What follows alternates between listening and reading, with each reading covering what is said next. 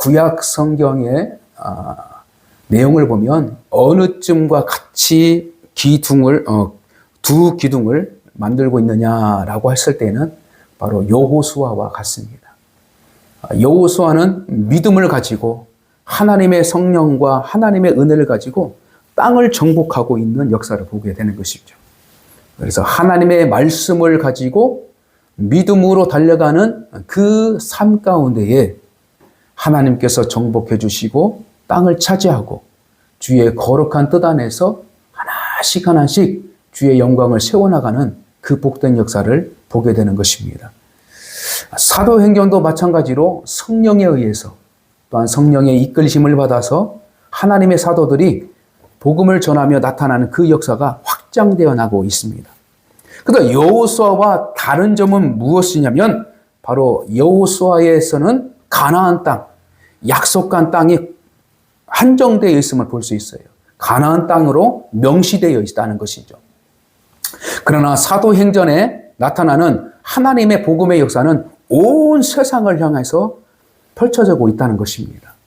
그래서 가나안 땅은 무엇을 위해서 하나님께서 선택한 이스라엘 민족들이 그곳에서 하나님의 나라를 세워나가는 모델적인 그 역사를 계획하신 것이고, 사도행전은 온 세상이 바로 하나님의 백성이 되어야 된다라는 그 사명을 이룰 수 있도록 하나님께서는 복음의 역사와 그 하나님의 나라를 확장시켜 나가고 있음을 볼 수 있다는 것이죠. 그래서 구약에 나타나는 하나님의 나라는 땅에 있습니다. 그래서 땅을 찾아야 되고 또 땅이 씌워야 되고 땅 위에 하나님의 성전을 짓게 되고 그 성전 안에 하나님이 임재하도록 만들었어요. 그러나 신약의 하나님의 나라는 뭐냐면 하늘에 속한 것이었어요. 땅에 속한 것이 아니라 하늘로부터 내려오는, 하늘로부터 시작하는 그 하나님의 나라, 헤븐, 하늘에 있는 나라라고 말하고 있는 것이죠.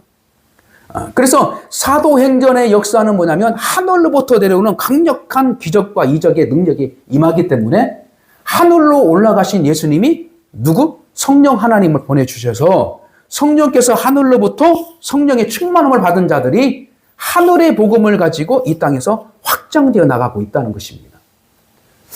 그래서 유대인들 입장에서는 땅에 있기 때문에 그것을 이해할 수 없었어요.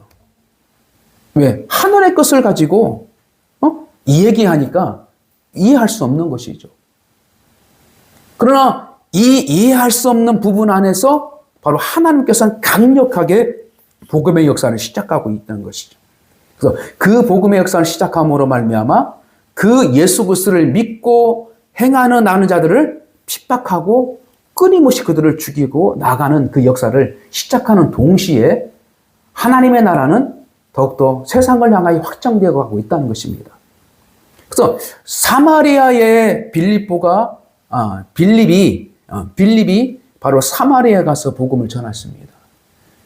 근데 그는 어떤 의미냐면 그들은 유대인의 출신이지만 이방인들과 같이 혼혈 정책에 의해서 자기가 유대인인지 아니면 이방인인지 이런 갈등 속에서 있는 그 무리들 속에 유대인의 피를 가지고 있는 자들이 바로 하나님의 백성이라는 것을 분명하게 가르쳐주고 그들에게 복음을 전함으로 말미암아 하나님의 나라, 하나님의 백성들이 회복되는 역사를 분명하게 말씀하고 있다는 것이죠.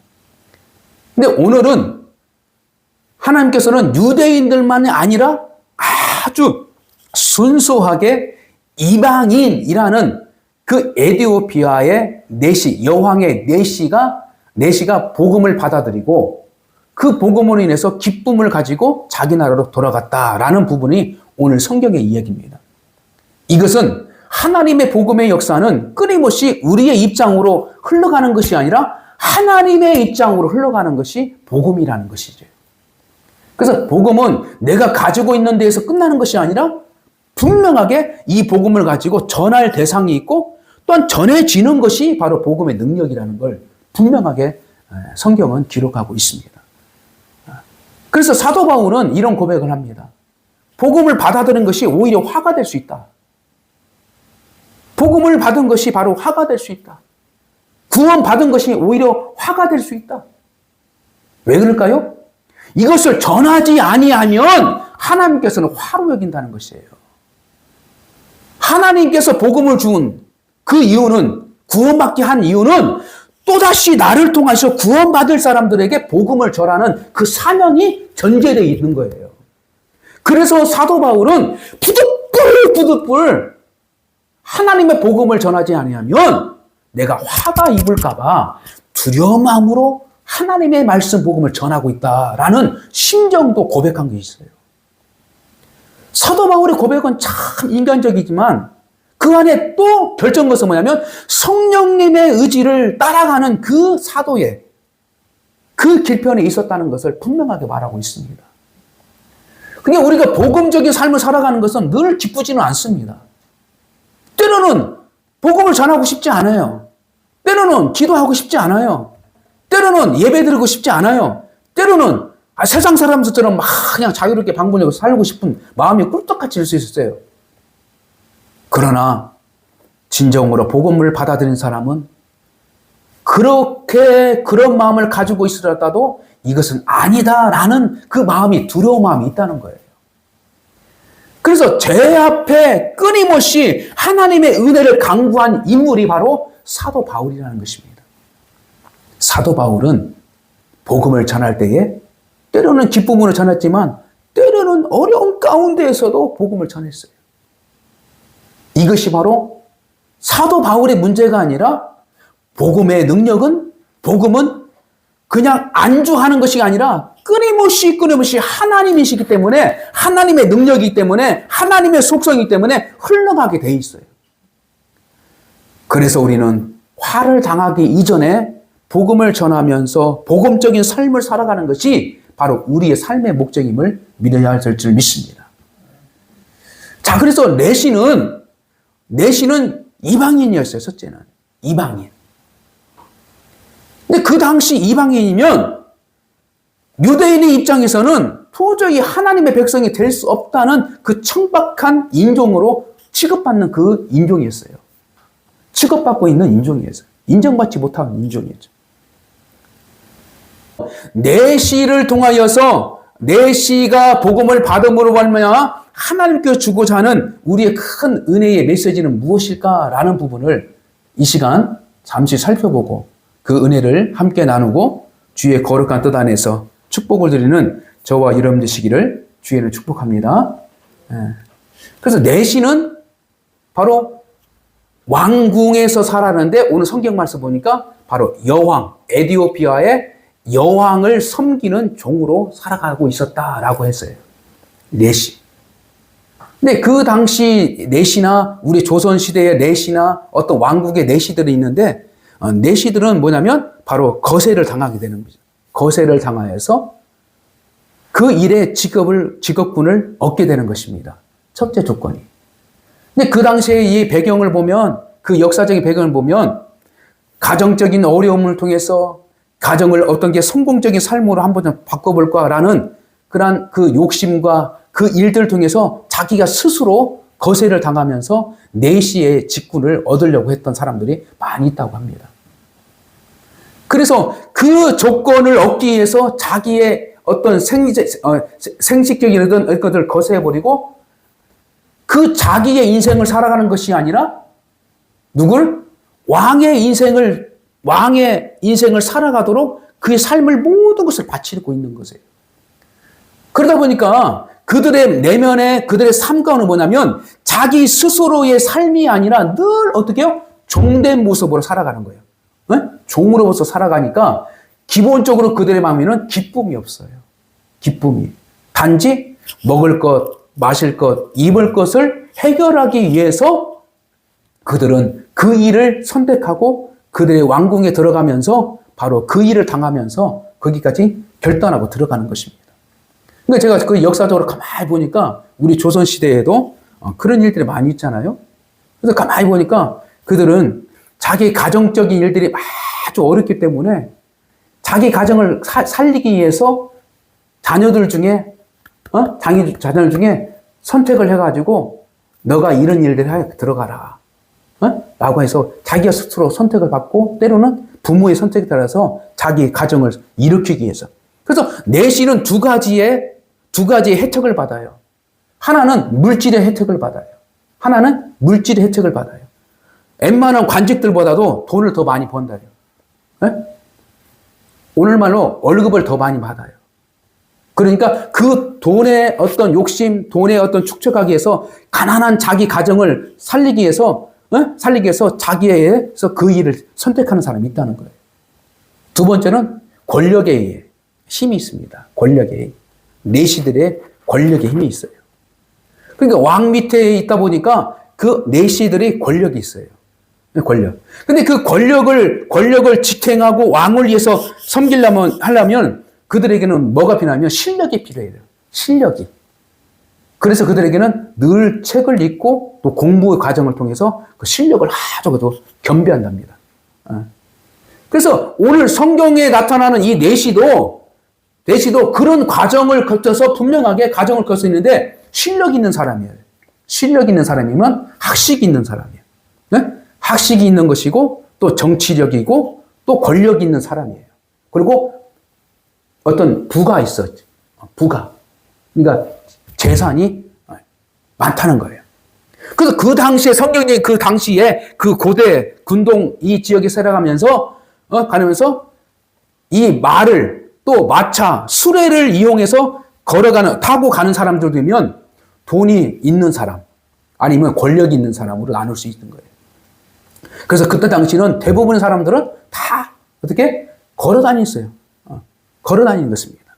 그러나 오늘 성경적인 이 내시는 뭐냐면 수레를 타고 갖고 있었다라고 성경은 말하고 있어요. 그러니까 물질과 또 권력과 학식이 풍부한 사람이 바로 내시의 역할을 하는데 하나님은 이상하게도 그가 예루살렘에 들어가서 예배에 참석하고 다시 에디오피아로 가고 있는 그 중에 그 얘기를 분명하게 성경은 얘기하고 있어요. 그러니까 이 사람이 좀 고위급에 있다 보니까 문화적으로 높이 있다 보니까 이 종교에 대해서 관심을 가진 사람이었어요. 종교에 가진 당시. 왜? 어떤 글도 읽을 수 있고 책도 읽을 수 있으니까 그때 당시에 이미 로마 제국 안에 그 이전에 페르시아 그래서 이 그리스 로마 이 알렉산더가 왕을 차지할 때는 어떤 일이 있었냐면 바로 구약의 성경이 정경화되면서 세계적으로 하나씩 하나씩 그러니까 하나님의 말씀으로 성경이 만들어진 것이 아니라 세계적인 문학적이고 철학적인 부분 안에서 공헌하기 위해서 알렉산더가 그것을 주문해가지고 구약 성경을 성경 구약을 잘 정리해가지고 그것을 사용했던 그 근거들이 있습니다. 그러다 보니까 바로 그 근동 사람들이 관심 있는 사람들, 문학적으로 관심 있는 사람들, 그리고 또 철학적으로 관심 있는 사람들, 종교적인 관심 있는 사람들은 웬만한 사람들은 그 책들을 가지고 이게 공유하면서 하나씩 볼 수 있었다는 거예요. 그러니까 그 과정 속에서 바로 에디오피아 왕 여왕의 내시도 그 책을 가지고 봤는데 그 구약의 어떤 책이에요? 이사야서의 책을 보고 있었던 거예요. 그래서 종교적인 어떤 관심을 가지고 예루살렘의 절기와 예배 형태를 아마 견학하러 간 것 같아요. 견학. 그러니까 성경은 분명하게 말하고 있어요.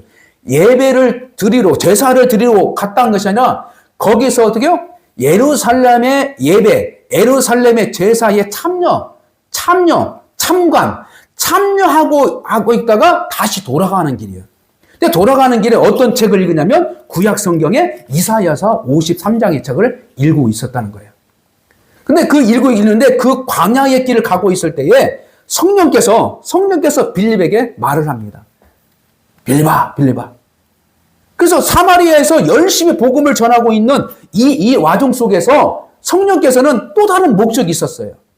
그래서 빌립에게 말을 해서 야, 너 지금 광야 길 가고 있는데 지금 본국으로 돌아가고 있는 이 길목에 너 빨리 가봐라. 근데 빨리 가는 중에 그냥 뭐 축지법으로 가는 것이 아니라 성령께서 초월적인 방법으로 성령께서 푹 데리고 이끌어가지고 그 광야길 가운데 내시가 광야길을 달려가고 있는 이 수레위에 그 옆에 딱 옆에 딱 붙여준 거예요. 네? 붙여줬는데 그때 당시에 책을 읽을 때에는 어떤 일이 있냐면 바로 소리내서 읽는다고 그렇게 전통적으로 하고 있습니다. 그러니까 내시가 성경을 읽는데 소리내서 읽어요. 소리내서 막 읽다 보니까 빌립이 가만히 들어보니까 이상하게도 이사야 선지자 이사야서를 읽고 있는 거예요. 그래가지고 빌립이 딱 세워가지고 혹시 그 내용을 아냐? 이 성경 내용을 아냐? 물어봤더니 아니 나에게 가르쳐준 사람이 없어서 이걸 알 수 없다. 그래서 야 이게 고난받은 종에 대해서 이 종에 대해서 얘기하는데 이 사람이 어떤 내용인지 어떤 내용인지는 모르겠다. 모르겠다. 그러다 보니까 이 빌립이 그 성경에 대해서 잘 설명해 주는데 그 고난받는 종이 바로 예수님을 분명하게 그를 가르쳐주고 그 예수님이 곧 하나님의 아들이다. 그래서 이 하나님의 아들이 이 세상을 구원하러 왔다. 그래서 이 하나님의 아들이 다 구원의 역사를 지금 시작하고 있는데 이 와중 속에서 있는데 너 믿을래? 그러니까 야 그럼 내가 이 성경 말씀을 내가 깨달았는데 내가 믿겠다. 그래서 그때에 그 말씀을 가지고 내시가 고민하고 이게 무슨 말인지 무엇인가 있는 것 같은데 성령께서 역사한 거예요. 무엇인가 있는 것 같은데 깨닫지 못하고 있을 때에 성령께서 빌립을 통하여 그 성령의 말씀, 성경의 말씀을 풀어줌으로 말미암아 그가 영적인 갈급함이 해결되는 역사를 경험하게 되는 것입니다. 그래서 그러면 예수님 믿을래? 나 믿겠다. 그래서 그러면 나에게 세를 좀 베풀어 달라. 세를 베풀라. 그러다가 지나가다 보니까 물이 있어요. 물이 있어서 같이 내려가서 바로 세례를 받았어요. 세례를 받고 나서 올라타서 잠깐 있는데 성령께서 호련하게 또 이끌어서 성경이 원하는 뭐냐면 탁 채간다고 그래요. 탁 채간 거예요. 그러니까 옆에 있었는데 잠깐 딴 생각을 하고 있는데 옆에 있는 사람이 싹 사라졌어. 이게 바로 우리말로는 호련이라고 표현했는데 원어적으로 보면은 그냥 하나님이 탁 채갔다는 거예요. 성령께서 탁 채갔다는 거예요. 그러니까 언제 떠난지도 모르고 딱 보니까 없어. 이 상황을 성경을 이렇게 기록하고 있어요. 그러니까 성령님의 역사는 뭐냐면 인간의 시간과 공간을 초월해서 하나님의 역사를 배행하고 있는 것을 보게 되는 것이에요. 그래서 이 내시를 통하여서 바로 우리에게 주신 그 거룩한 복음의 메시지는 뭐냐면 첫째, 뭐예요? 하나님의 말씀에 대한 이 관심과 그거에 대한 꾸준한 관심과 그거에 대해서 관심을 가지고 하나님의 뜻을 가지고 찾는 우리의 자세가 필요함을 분명하게 말하고 있습니다.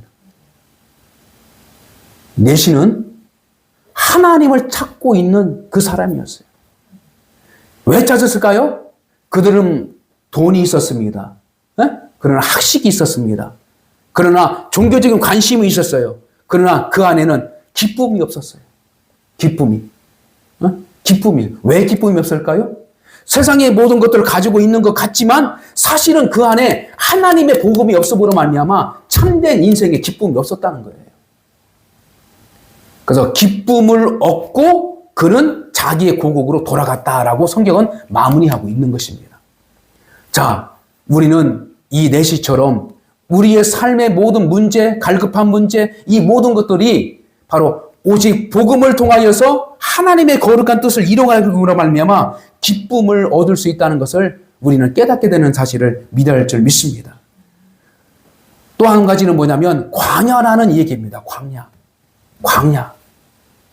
그래서 내시가 광야의 길을 가고 있는 그 사건 속에서 성령 하나님께서 내시를 만나도록 빌립을 그곳에 가도록 이끌었다는 것이에요.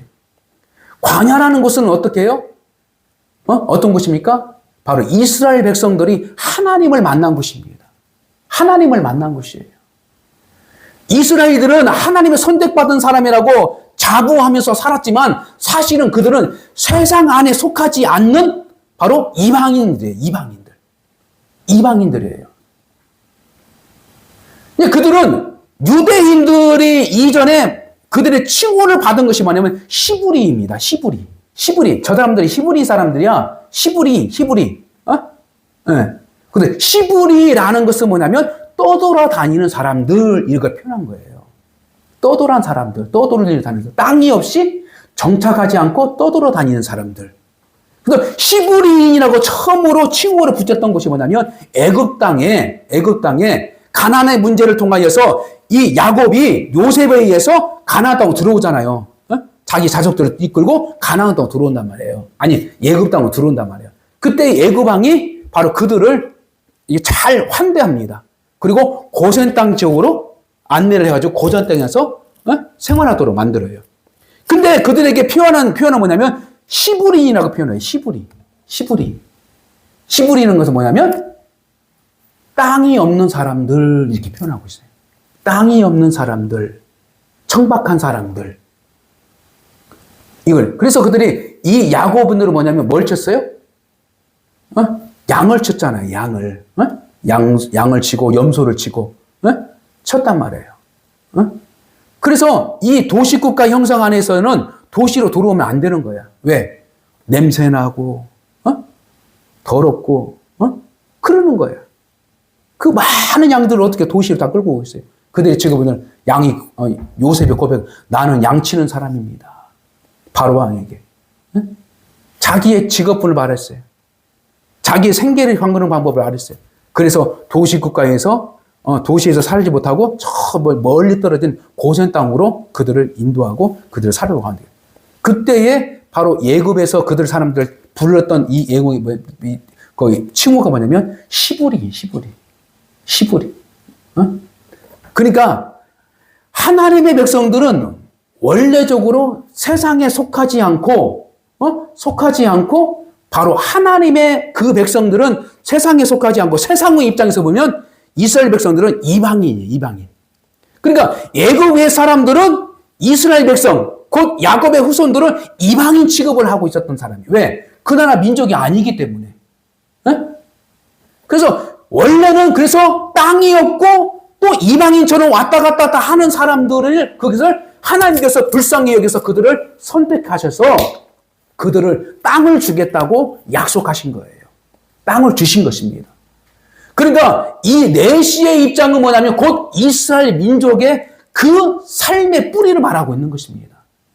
첫째는 노아의 후손, 하나님께서 언약을 준 고성을 받아하고 두 번째는 자기들도 땅이 없는 민족처럼 살아가지만 자기는 이방인이 아닌 것처럼 하나님 백성이 선택받은 사람처럼 착각하고 있지만 원래는 하나님은 모든 사람들 안에서 바로 선택을 하고 그들에게도 하나님의 백성이 될 수 있다는 그 가능성, 구원의 문을 잘 열어두신 하나님의 그 우정을 깨닫게 해주시는 것이에요. 그래서 바로 광야에서 바로 내시를 바라는 것은 뭐냐면 광야의 삶 가운데서 이스라엘 민족들이 바로 하나님을 만난 것처럼 광야의 가운데에 있었던 내시를 우리에게 보여주시는 그 이유는 뭐냐면 우리도 광야 같은 삶 가운데에 있을 때에 하나님은 찾아와 주셔서 우리를 만나 주셔서 우리를 구원해 주셨다는 구원의 역사를 기억하라는 것입니다. 할렐루야. 무엇인가 나무를 심어도 살 수 없는 땅. 밤이면 짐승과 또 추위가 있는 그 땅. 하나님의 도우심이 없으면 도저히 살 수 없는 그 광야. 하나님께서 낮에는 구름 기둥으로 가려주셔서 또 밤에는 불 기둥으로 인도해 주셔서 그 광야 가운데 살아가는 그 인생임을 우리가 분명하게 깨닫게 되신 그것을 기억하라는 것입니다. 기억하라. 그래서 사도행전을 통하여서 초대교회가 하나님께서 어떻게 역사하고 있었다는 것을 어떻게 역사를 하고 있다는 그 조목조목 같은 이 역사서를 그들에게 초대교회 공동체에게 심어주고 이 말씀을 준 이유는 너희들도 이방인들처럼 살았다라는 것을 깨닫고 광야 같은 인생 가운데지만 하나님께서 찾아오셔서 너희를 구원해 주셨다는 그 의미를 기억하라라는 부분을 분명하게 우리에게 제시하고 있다는 것입니다. 우리는 구원받은 것이 내 은혜와 내 노력과 모든 것을 통해서 구원받은 것이 아니라 하나님의 절대적인 주권과 선택과 은혜 가운데서 있었음을 분명하게 깨닫는 것을 하나님께서는 우리에게 신앙의 고백을 원하신다는 걸 믿으시기 바랍니다. 자, 말씀을 정리합니다. 광야 가운데에서 내시를 찾아가셨던 하나님은 왜 찾아가느냐라는 부분입니다. 왜 찾았을까요? 내시는 하나님의 말씀을 붙잡고 있었습니다. 하나님의 말씀을 가지고 씨름하고 있었던 거예요. 야, 이 말씀이 왜 그렇지? 왜 이 말씀이 무슨 의미지? 그래서 광야 같은 세상, 어떤 영적으로 보면 광야 같은 세상을 살아가는 이 내시, 무엇인가 부가 있고 권력이 있고 무엇인가 생활이 다 보장되어 있지만 자기의 인생을 돌아볼 수 있을 때에 공허했던 거예요. 근데 그 공허했던 그 삶은 누구요? 바로 하나님의 말씀을 붙잡고 있었던 거예요. 그래서 그 말씀을 가지고 예루살렘을 가고 또 예루살렘에서 그 종교 행사에 참여하고 그 다음에 그 말씀을 가지고 또 자기 구간 가는 거예요. 근데 뭐가 해결이 안 되는 거예요. 해결이 안 돼요. 그러나 성령 하나님이 오시고 성령의 사람을 붙여주시니까 바로 내시가 해방되고 내시가 깨닫게 되는 것입니다. 우리는 무엇을 의미할까요? 바로 하나님의 말씀을 붙잡고 있어야 돼요. 할렐루야. 하나님의 말씀을 붙잡고 있어야 하나님의 사람을 붙여줘요. 하나님의 복음을 붙잡고 있어야 하나님께서 함께 하셔요. 하나님의 꿈을 우리에 붙잡고 있어야 바로 하나님께서 우리와 함께 하신다는 것을 믿으시길 바랍니다. 그러므로 우리는 내시와 같은 인생을 살아가더라도 내가 형평 모든 것들이 나를 위해서 살아가지 않고 내 가정을 위해서 살아가고 내 왕을 위해서 살아가는 이 수동적이고 이 살아가는 이 기쁨이 없는 세상 가운데에 기쁨을 회복할 수 있는 단 한 가지, 바로 성령 하나님께서 복음을 통하여 우리의 기쁨을 회복해 주신다는 사실을 우리는 알고 그 믿음을 가지고 살아가는 저와 여러분 되시기를 주의 이름으로 축복합니다.